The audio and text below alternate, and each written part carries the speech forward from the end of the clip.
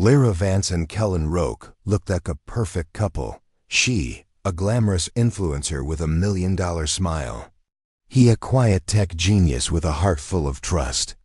But within 8 days of their dream honeymoon in Bali, only one of them would make it out alive, and the paradise they escaped to would become the setting of a brutal, calculated murder that shocked the world. Lyra Vance and Kellan Roake were the picture of perfection.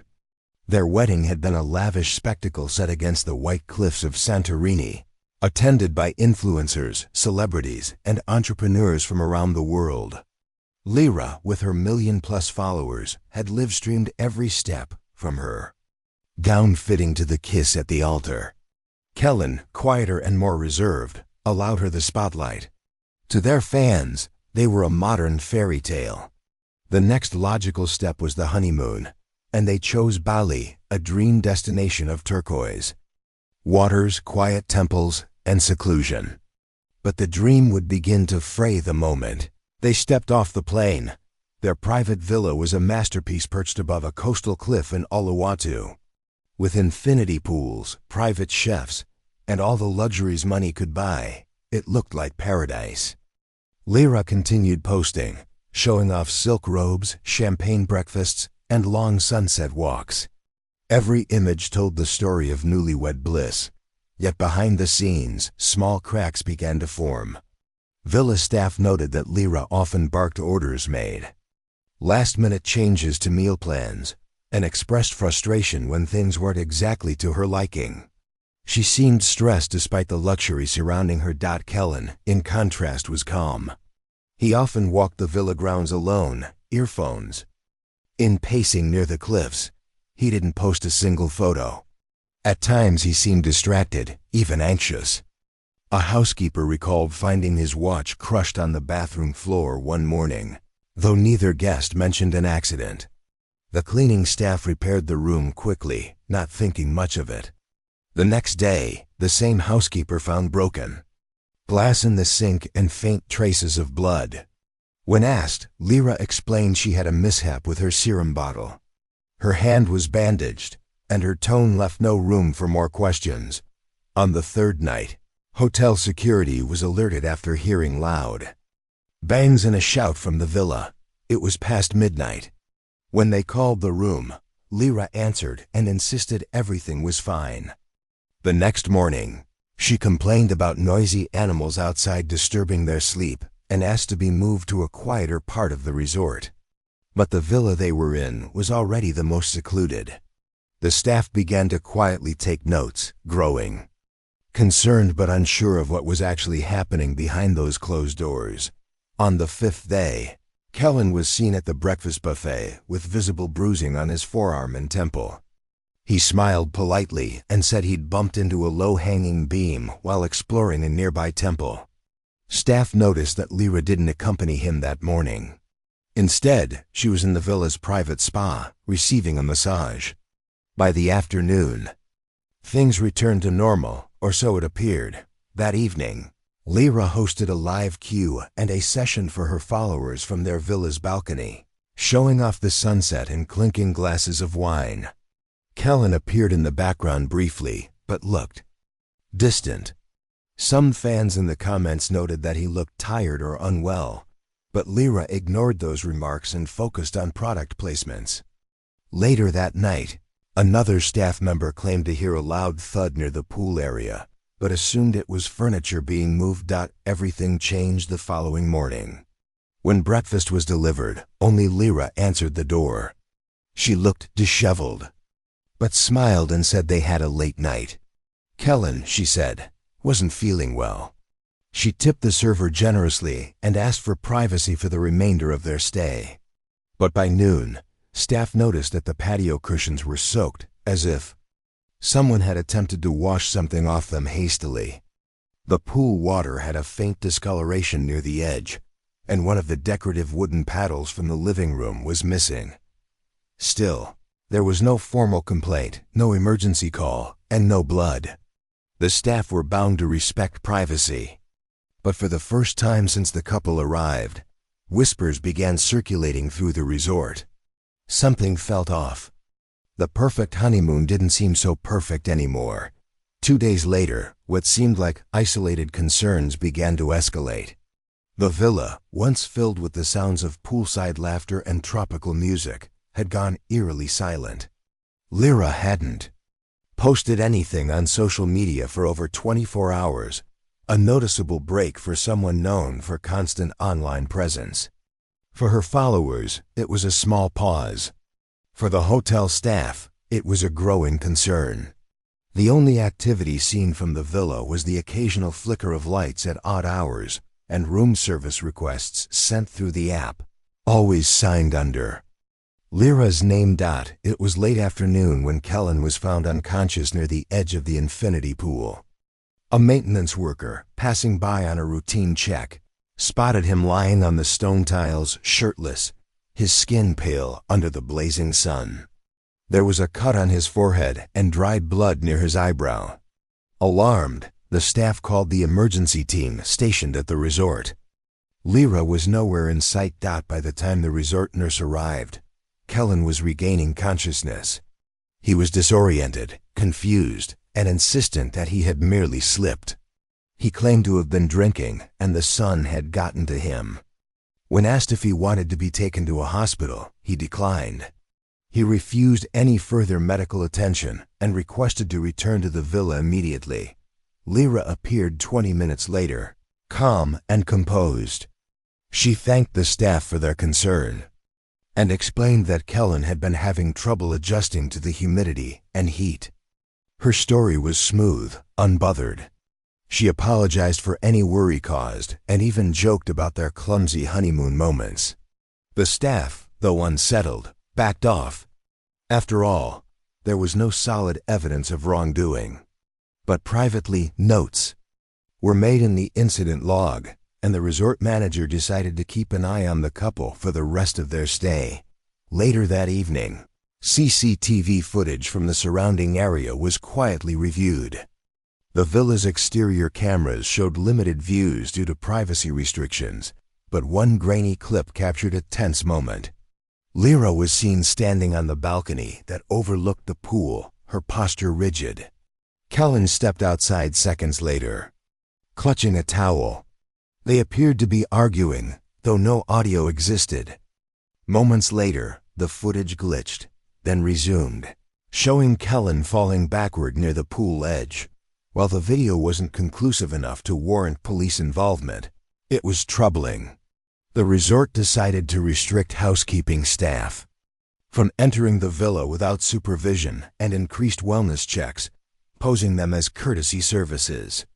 Behind the scenes, however, quiet alarm bells were ringing. The following day, a housekeeper assigned to the villa reported finding streaks of what looked like dried blood on the underside of a chaise lounge near the pool. It had been partially cleaned, but the stain was unmistakable. When the issue was gently raised with Lyra, she waved it off, saying it was just a nosebleed Kellan had suffered the day before. She insisted that it had already been cleaned and thanked the staff again for their attention. That evening, resort staff noticed something even stranger. Kellan, who usually took solo walks in the garden or visited the beachfront cafe alone, hadn't been seen all day. Only Lyra was spotted, wearing sunglasses even at sunset, sipping cocktails by herself. When asked if everything was all right, she claimed Kellan was feeling under the weather and resting, but her behavior was inconsistent. One moment she was cheerful and light, the next distant and distracted. Her phone rang frequently, and she often stepped away to take calls, always lowering her voice. She stopped posting online altogether. Fans began speculating online whether she had been hacked or was facing some kind of mental health issue.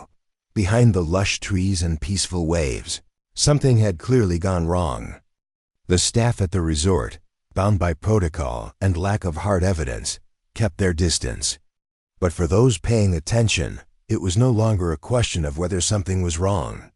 It was a matter of when that truth would finally surface. And time was already running out. On the morning of the 8th day, Lyra Vance entered the hotel lobby alone. She was dressed in crisp white linen, large sunglasses covering most of her face, and her hair tied back in a neat bun. With an unreadable calmness, she requested an early checkout. When the receptionist politely asked if Mr. Roake would be joining her, Lyra responded with a smile and said he had already left Bali the night before due to an urgent business call. She added that he had taken a different flight and was meeting with investors in Singapore. Her voice was steady, her tone confident. But something felt off to Jessa Marin, the hotel receptionist. She had seen Kellan and Lyra together several times throughout the week. Despite the couple's attempt to maintain appearances, Jessa had picked up on the cold distance between them. And now Lyra stood alone, with Kellan supposedly gone, yet his wallet and laptop were still listed under the villa's inventory. Standard policy required all guest belongings to be accounted for before checkout. Jessa offered to send someone to help Lyra collect her luggage from the villa, but Lyra refused, saying everything had been packed and was already with her. Still, Jessa's instincts told her something wasn't right. Once Lyra returned to the villa to finalize the checkout, Jessa quietly alerted the resort manager, who then contacted security and local authorities for a wellness check under the guise of a routine guest verification. When security arrived at the villa with local police, Lyra was calm but slightly agitated. She insisted everything was fine and that Kellan had left via a private ride the night before. However, when asked to provide flight confirmation or proof of his departure, she failed to do so. The police, now officially involved, requested access to the villa. Inside, the once immaculate villa looked strangely abandoned. Suitcases sat open but sparsely packed. Kellan's clothes, watch, phone charger, and toiletries were all still there. The bed linens had been stripped off and balled into a corner. One of the decorative floor rugs had been flipped over, and a sharp odor of bleach lingered in the air. In the bathroom, small blood splatters were discovered around the base of the toilet and inside the shower drain. In the laundry bin, staff found damp towels rolled tightly with what looked like rust-colored stains. When questioned again, Lyra's demeanor began to shift. Her confident persona gave way to defensiveness. She claimed Kellan had been feeling ill and had taken only a backpack when he left. When police asked to see recent messages or call logs with her husband, she hesitated, then claimed her phone had been factory reset due to a technical glitch. The inconsistencies piled up. Authorities sealed the villa as a potential crime scene. Lyra was taken in for further questioning, though she was not formally arrested at that point. Investigators began combing through nearby surveillance footage, banking transactions, and resort service records. That same afternoon, hotel security reviewed camera feeds from the resort's back exits and driveways. No footage showed Kellan leaving the premises. His passport had not been scanned at the airport, nor had any transportation been booked under his name. Then came a chilling discovery. A search team canvassing the nearby cliffs and forested trails found a section of foliage disturbed along a remote hiking path used mostly by locals.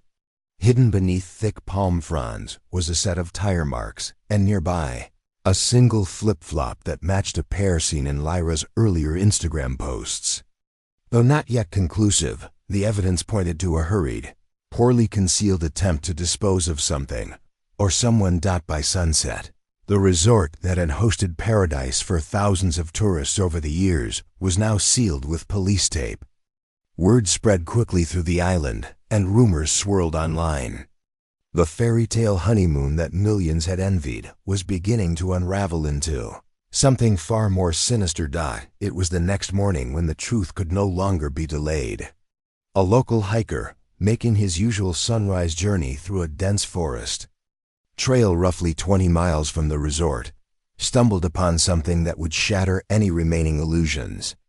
Just off the main path, nestled under thick banana leaves and partially covered in loose soil and damp towels, lay a human body. The unmistakable stench of decay hung in the humid air. The hiker immediately ran back to the nearest village and notified local police. By mid-morning, the area was cordoned off. Forensic teams arrived swiftly, along with Detective Marlo Quinn, a seasoned investigator who had handled high-profile foreigner cases before. The body was in an advanced state of decomposition, but initial observations revealed signs of a violent death. The victim had a deep wound to the side of the head and multiple contusions across the chest and abdomen. The victim's hands were bound with a ripped hotel bedsheet, and his legs bore ligature marks. Nearby, a bloodied wooden object, later identified as a decorative paddle matching one missing from Lyra and Kellan's villa, was found half buried under stones, though the face was damaged. A small tattoo on the inner wrist and a metal bracelet confirmed what authorities feared. It was Kellan Roake. The dream honeymoon had now officially become a homicide investigation. Dr. Ulrich Dua, the forensic pathologist assigned to the case, began a full autopsy. He concluded that Kellan had suffered repeated blows to the torso and a fatal head injury. The blunt force trauma suggested an attack with a broad, flat object, the very paddle found at the site. Defensive wounds on the victim's forearms showed that Kellan had tried to protect himself.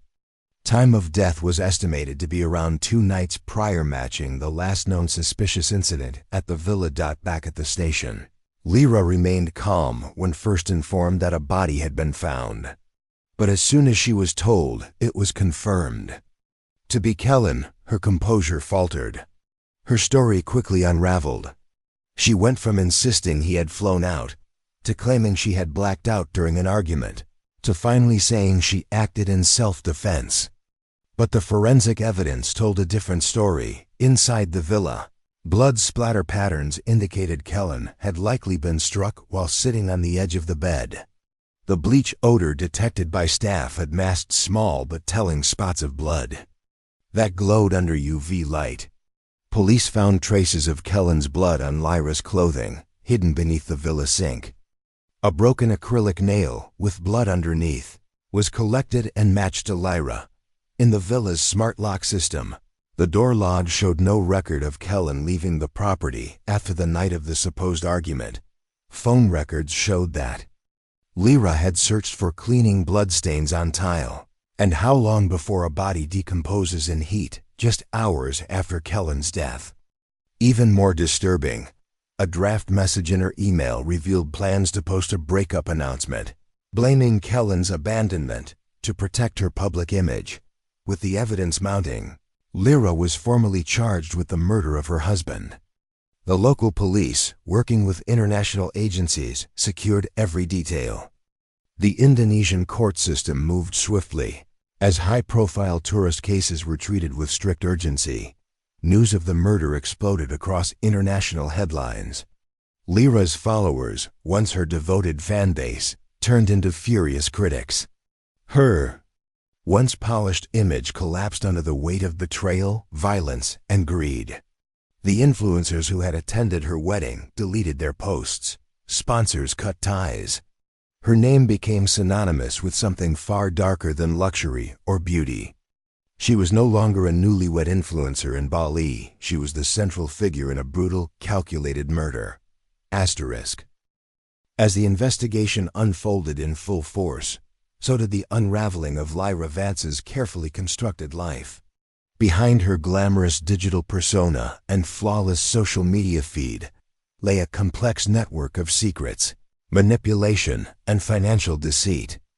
What had initially appeared to be a sudden act of violence was now being understood as something far more deliberate. Detective Marlo Quinn and his team dug deep into Lyra's history. Bank records revealed that in the months leading up to the wedding, Lyra had opened several credit accounts under false information. One of them used Kellan's business credentials. She had taken out loans in his name, forged signatures, and maxed out joint accounts while spending lavishly on luxury, items that were never disclosed to him. At first glance, their marriage seemed built on love and shared success. But under scrutiny, it became clear that Lyra had seen Kellan as a means to fuel her expensive lifestyle. The key to understanding her motive came through the most unexpected source: Kellan's lawyer in San Francisco. Just days before the wedding, Kellan had contacted the lawyer and requested changes to his will. He had grown increasingly suspicious of Lyra's behavior, noting sudden changes in her attitude and evasiveness about money. The amended will removed Lyra as the primary beneficiary and instead directed his estate to be managed by a private trust. The lawyer had warned Kellan to delay the marriage until the new documents were signed and legally secure, but Kellan never had the chance. The updated will was unsigned at the time of his death, and Lyra likely didn't know about the attempt to change it. She believed she still stood to inherit everything. That belief may have fueled her actions on the night she ended his life. In court, Lyra's defense team painted her as a woman under psychological strain, someone overwhelmed by fame, expectations, and emotional trauma. They attempted to frame the killing as a moment of panic during an argument that turned physical. But the prosecution dismantled her defense with precision. Forensic evidence showed no signs of struggle that would support her claims. Instead, the crime scene reflected an ambush, one in which Kellan was attacked unexpectedly, struck multiple times, and left to die without help. The fact that his body was disposed of and covered up so intentionally erased any doubt about whether it had been accidental. During the trial, videos of Lyra's cheerful honeymoon posts were shown alongside graphic crime scene photos. The contrast was horrifying. A woman sipping champagne by a pool in one clip, then the same pool stained with traces of blood in the next. Witnesses included resort staff, the hiker who found the body, and digital forensic analysts who presented Lyra's disturbing internet search history. The courtroom was packed with reporters and true crime enthusiasts. Cameras were banned, but sketches and descriptions flooded the media. In the end, the jury deliberated for just 6 hours before returning a unanimous verdict.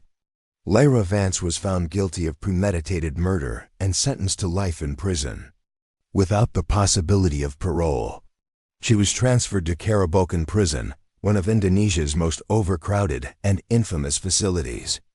Her luxury world had turned into a cell with concrete walls, flickering lights, and barred windows. From Bali's sun-drenched beaches to the gray confines of prison, Lyra's fall was absolute. Her social media accounts were shut down. Her brand deals disappeared overnight. The influencer who once dictated beauty trends and tropical getaways was now remembered for the calculated murder of her husband. The world watched in disbelief as one more fairy tale shattered into something unrecognizable. And for Kellan Roake, man who simply wanted to believe in love, the price of that trust had been his life. The dream honeymoon in paradise became a deadly trap. A silent war had unfolded behind the perfect images, and no one saw it coming until it was too late. Asterisk.